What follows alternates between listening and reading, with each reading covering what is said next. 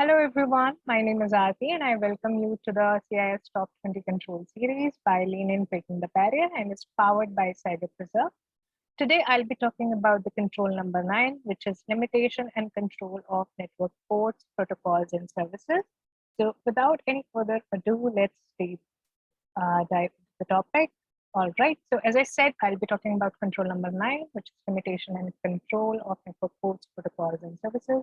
So what this control does is uh, it is it discusses the importance of managing, tracking, controlling, and correcting the operational use of ports, protocols, and services on network devices. So anything that has to do with port configuration, services running on those ports, and the protocols that we are using to run the service. This control covers all of that. And one thing to note about this control is that this is one of the best practices that you'll find in most of the cybersecurity frameworks, be it NIST or PCI DSS or NERC. So this control is very important when it comes to your network security and has been integrated in almost all kinds of security frameworks. So if you go through this, it will probably help you in understanding other best security practices as well. So a little something about me.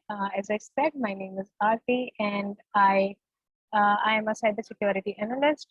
Previous to this, I have 2 years of experience as information security manager when I worked in TCS. Then I also pose as Delhi chapter lead for Infosec Girls. I've done my master's in information security management. I am also a trained certified ethical hacker. I'm a member of PNN Breaking the Barrier Cybersecurity Circle. Then I'm also an active member of Null Delhi and Vasti site. So this is the agenda for today. I'll be talking about control definition and requirements, then why monitoring open ports is such key security control. Then what are the implementation, how to implement this control, what are the risks associated if we don't implement this control, what are the benefits around it, what are the costs incurred if we want to put certain tools in place to ensure this control, and finally the references that I have used for this presentation. Now, what are the control definition and requirements? As I discussed before, this control revolves around managing, which includes tracking, controlling, correcting the ongoing operational use of ports, protocols, and services on all of your network devices. So what it does is basically the goal here is to minimize the attack surface as much as possible, because the network ports or the servers which are hosted in cloud are very vulnerable to cyber attacks. And so we want to keep, or we want to control the number of services, open ports, and also want to configure the right kind of protocols that we're using on these devices. So going ahead, why is this CIS control so critical? Now, as you know, in today's world, cyber attackers are all over the world. They try to scan the network vulnerabilities in your network and they want to exploit it. So what happens is, first of all here, what are the common examples of such network devices? Are the web servers, your mail servers, file sync servers, DNS servers that are hosted on the cloud. And they are the most liable to cybersecurity attacks over the internet. Now, what happens is many software packages, they automatically come with a pre-configured services. And when you install those, they automatically configure your network device or your ports according to the default configuration, which as an organization might not be necessary for you. You might be exposing the ports which are not required to run the services. And in that case, usually it opens your attack surface, it broadens it, and it lets a cyber attacker to scan and look for vulnerabilities on those unused ports or services. So in this diagram, as you can see that the CIS control number 9 sits in between of your network architecture, because it's been controlling and taking care of all the network ports and services that are being used in your network. So now, why monitoring open ports is a key security control? It goes without saying that the more accessible we make a system, the more we are opening it for the cyber attacks. So in case you are increasing your attack surface, it will definitely have that much vulnerability associated with it. Then with new exploits being discovered every day, this increases much more potential for attack. Now you never know what kind of attack is has been discovered recently, or whether your system or network is configured correctly to mitigate that. So in that case also, it is much more reasonable to reduce your attack surface by limiting the number of ports that you're using and configuring them correctly as per the service requirement.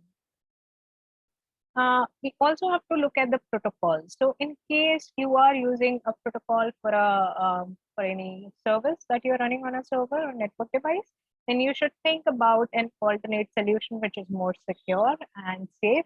For example, in case you're using HTTP, you can rather go for HTTPS, which has a secure layer integrated in it. Then also we would want to use TLS version 1.2 or above, because below that it's vulnerable. Finally, we also want to ensure that that non-encrypted channel of communications are either not used completely or they are blocked on your network. To talk about the implementation, this CIS control number 9 is being divided into 5 different subcontrols. We'll go through these one by one. The control number 9.1 talks about associate active port services and protocols to asset inventory. Basically, here we are trying to establish the standard where we, recommend organizations to have an inventory of all their network devices and what are the ports open on them, what are the services running, and what are all the protocols configured for these services. So what this does is it helps you to track and update if in case required in future. So if there is a requirement, there is a there is a service that you don't need anymore, you can go ahead and reconcile it and close that service. One thing to note here is that we should be very mindful of how much time we are taking to close that service. So it has to be a reasonable time frame. We should define such processes that whenever any such we discover any such service or port which is not required anymore, we do close it as soon as possible. Going to control number, subcontrol number 2, which is 9.2, ensure only approved ports, protocols, and services are running.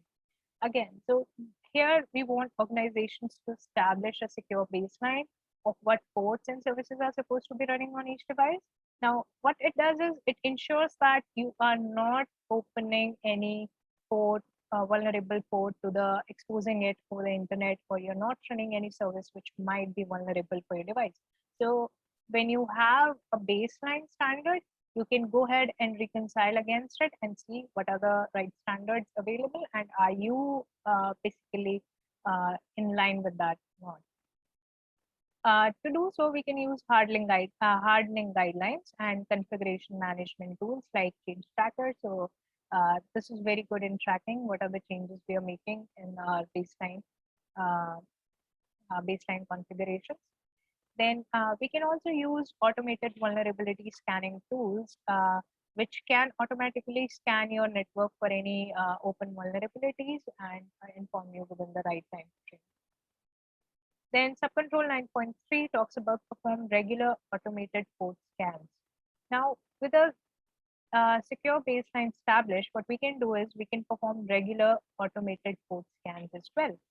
Earlier, we talked about scanning our network with vulnerability scanners, but we can also perform automated port scans to see if we are exposing any vulnerable port and whether it's being used or not, or what kind of services are running on it. So what this scan will do is it will note any discrepancies from your baseline standards, which you have defined before in subcontrol 9.2, and alert the admin about such discrepancies and close that gap as soon as possible. To subcontrol 9.4, which is apply host-based firewalls or port filtering. It talks about the application of host-based firewall in addition to your network-based firewall. Because there might be a chance that there is a malicious traffic which your network-based firewalls are not able to capture or not able to identify. In that case, it can be a second defense mechanism for that scenario.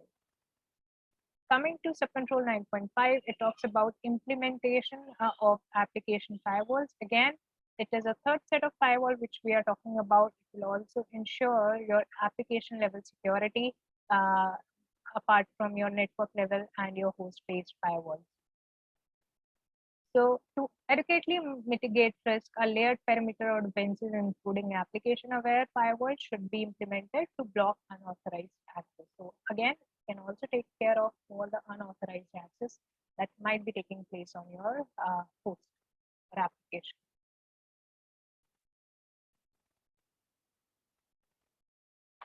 So now this is one of the important things to talk about. What are the risks if we don't implement this control? And I think it goes without saying that once your network is not secure, everything is at risk. Your data, your devices, your applications, uh, availability of services. So basically everything gets impacted if your network is not secure. So as you can see here, there are around 65,000 TCP ports and again 65,535 UDP ports, and some of them are vulnerable. So you have to think about this. You don't want to open any port which does not serve a business purpose for your requirement. So you have to reconcile and close all the ports which do not have any active services running on them.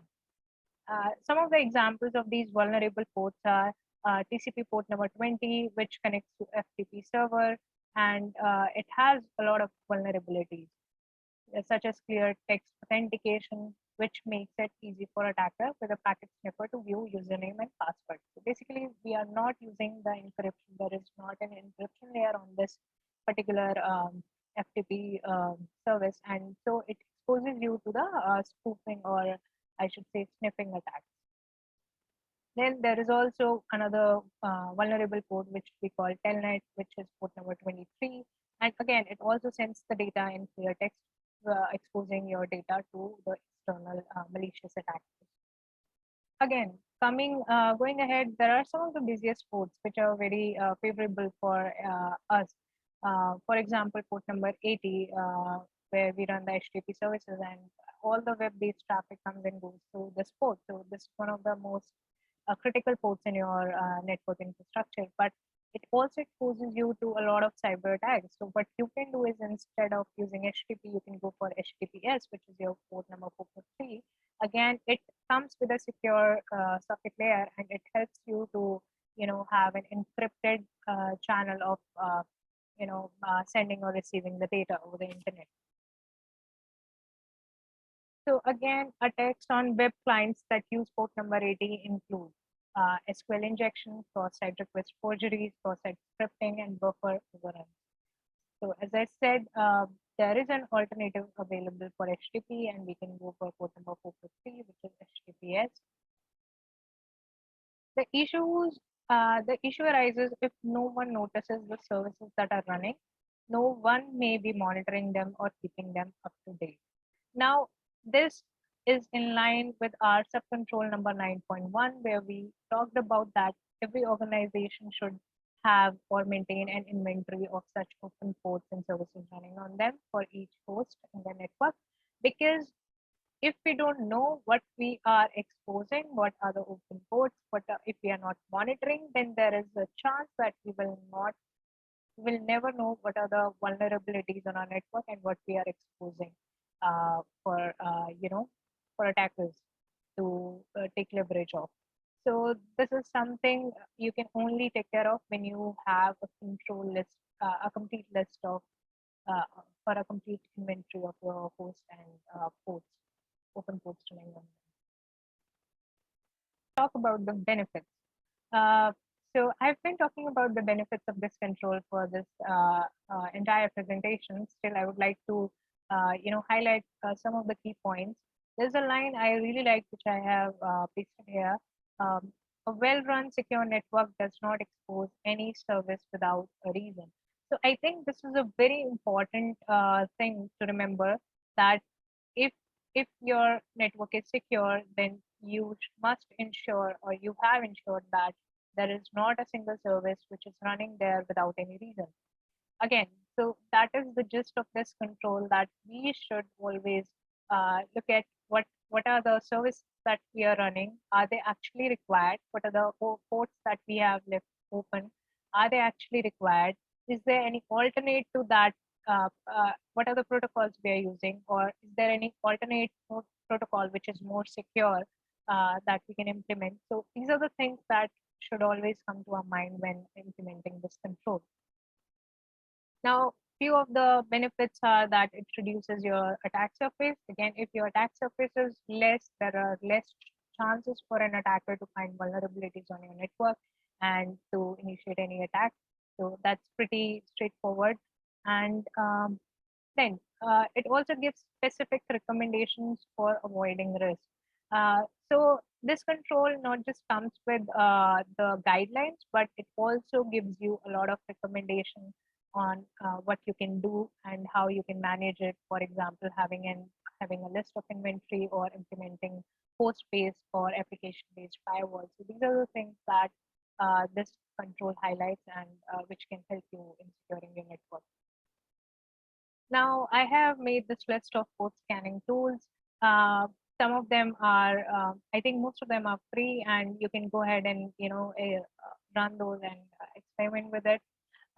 One of the, I think, one of the most popular tools is SolarWind Port Scanner, and it is comes with a 30-day free trial. You can even check that out. Then there are Advanced Port Scanner. It is also free. Angry IP Scanner. There is Metex and Nmap. I think Nmap is one of the most all-time favorite of ethical hackers. So yeah, I think these are the tools which we can use, and most of them are free. So we can always explore and experiment with them.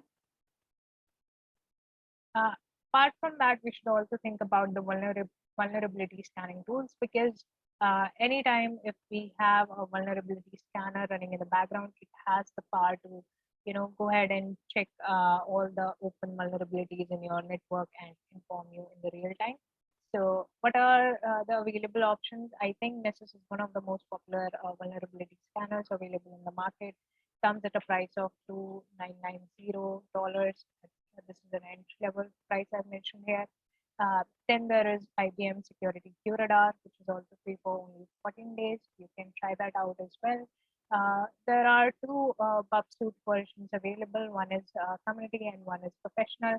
So you can play around with the community version, and if you want to go for a professional one, which comes with a lot more, you know, um, functionalities, then you have to pay a price of around $4,000 per year, plus $399 per agent.